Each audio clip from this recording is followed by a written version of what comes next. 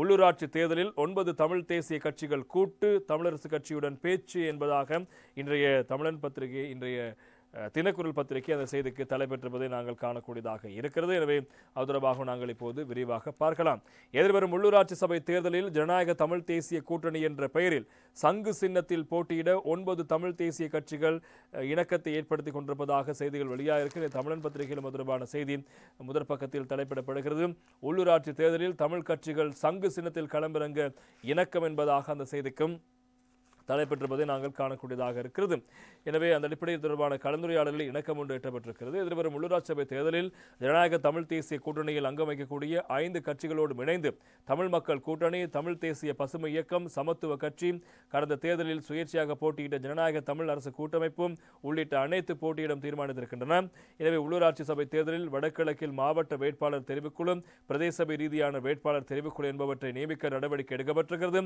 இந்த கலந்துரையாடலில் பிளாட் தலைவர் சித்தார்த்தன், EPRLF தலைவர் சுரேஷ் பிரேமச்சந்திரன், டெலோ சார்பில் நிரோஷ், அதே போல தமிழ் தேசிய கட்சியின் தலைவர் ஸ்ரீகாந்தா, ஜனநாயக போராளிகள் கட்சியின் சார்பில் வேந்தன், தமிழ் மக்கள் கூட்டணி சார்பில் V மணிவண்ணன், சமத்துவ கட்சியின் தலைவர் மு சந்திரகுமார், ஜனநாயக தமிழ் அரசு கூட்டமைப்பு சார்பின் நாவலன் உள்ளிட்ட பலர் இதில் கலந்து கொண்டிருக்கிறார்கள்.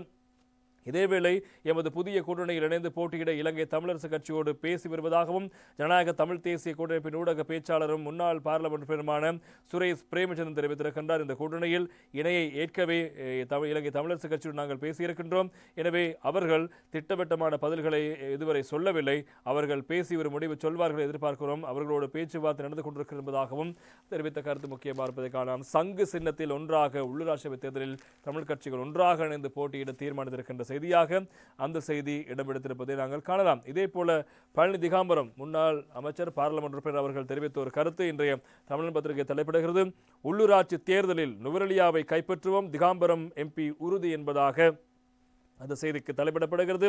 எனவே மலையக மக்களுக்கு வழங்கிய வாக்குறுதிகளை நிறைவேற்றுவதற்கு தேசிய மக்கள் சக்தி அரசாங்கம் இன்னும் உரிய நடவடிக்கை எடுக்கவில்லை எனவும் உள்ளூராட்சி சபை தேர்தலில் நுவரெலியா மாவட்டத்தை கைப்பற்றுவதற்கு முயற்சி கூறும் எனவும் தொழிலாளர் தேசிய சங்க தலைவரும் நுவரெலியா மாவட்ட பாராளுமன்ற உறுப்பினருமான பழனி திகாம்பரம் தெரிவித்திருக்கிறார். தொழிலாளர் தேசிய சங்கம் மற்றும் தொழிலாளர் தேசிய முன்னணி என்பவற்றின் முக்கியஸ்தர்களோடு ஹேட்டனில் இடம்பெற்ற கலந்துரையாடலின் போதே இந்த விடயங்களை அவர் தெரிவித்திருப்பதாக அந்த செய்திகளும் தொடர்வதை நாங்கள் காணலாம். எனவே உள்ளூராட்சி தேர்தல் தற்போதைய அரசியல் நடப்புகள் பற்றியும் இதற்கு விரிவாக ஆராயப்பட்டது. இதற்கு ஊடகங்களுக்கு கருத்து வெளியிட்ட அவர், உள்ளூராட்சி சபை தேர்தலுக்கு நாம் தயாராகி வருகிறோம். இது சம்பந்தமாக தோட்ட தலைவர்கள் உட்பட கட்சியின் பிரமுகர்களோடு கலந்துரையாடி இருக்கிறோம்.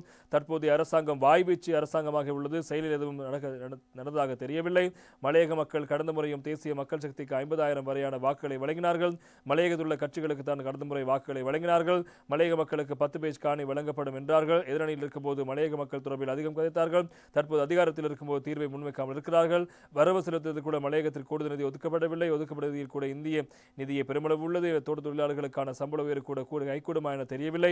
எனவே தோட்ட தொழிலாளர்களை சிறுதோட்ட உரிமையாளர்கள் மூலமே இந்த சம்பள பிரச்சனைக்கு நிரந்தர தீர்வு வழங்க முடியும் என்பதாகவும் பழனி திகாம்பரம் பாராளுமன்ற உறுப்பினர் அவர்கள் தெரிவித்திருக்கிறார். எனவே நாங்கள் நுவரெலியா மாவட்டத்தை முறை கைப்பற்ற போவதாக அவர் சொல்லிருக்கிறார் என்பதும் அந்த செய்தியும் என்பதும் பிரதானமாக இருப்பதை காணலாம். இதே போல தேசிய கட்சிகளும் இப்போது இந்த உள்ளூராட்சி தேர்தலுக்கான விடயங்கள் குறித்து அதிகளவு கவனம் செலுத்தி வருவதாக ஒரு செய்தியும் இன்றைய வீரகேசரி பத்திரிகைகளுடைய செய்தியாக இடம்பெடுத்திருப்பதை நாங்கள் காணக்கூடியதாக இருக்கிறது.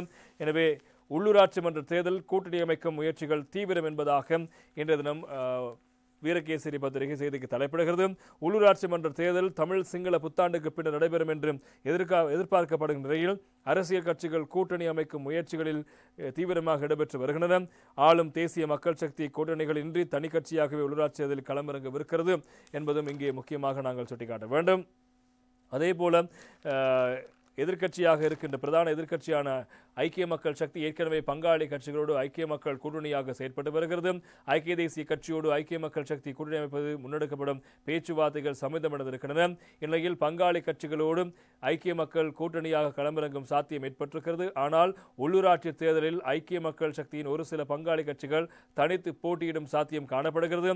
ஐக்கிய தேசிய கட்சியானது பல்வேறு தரப்புகளை இணைத்து கூட்டணியாக உள்ளூராட்சி தேர்தலில் களமிறங்கு தொடர்பாக ஆராய்ந்து வருகிறது. மறுபுறம் ஸ்ரீலங்கா சுதந்திர கட்சியும் பல்வேறு அணிகளாக பிரிந்த நிலையில் கதிரை சின்னத்தில் கீழ் அணிகளை ஒன்றிணைக்கும் முயற்சிகள் இடம்பெற்று வருகின்றன.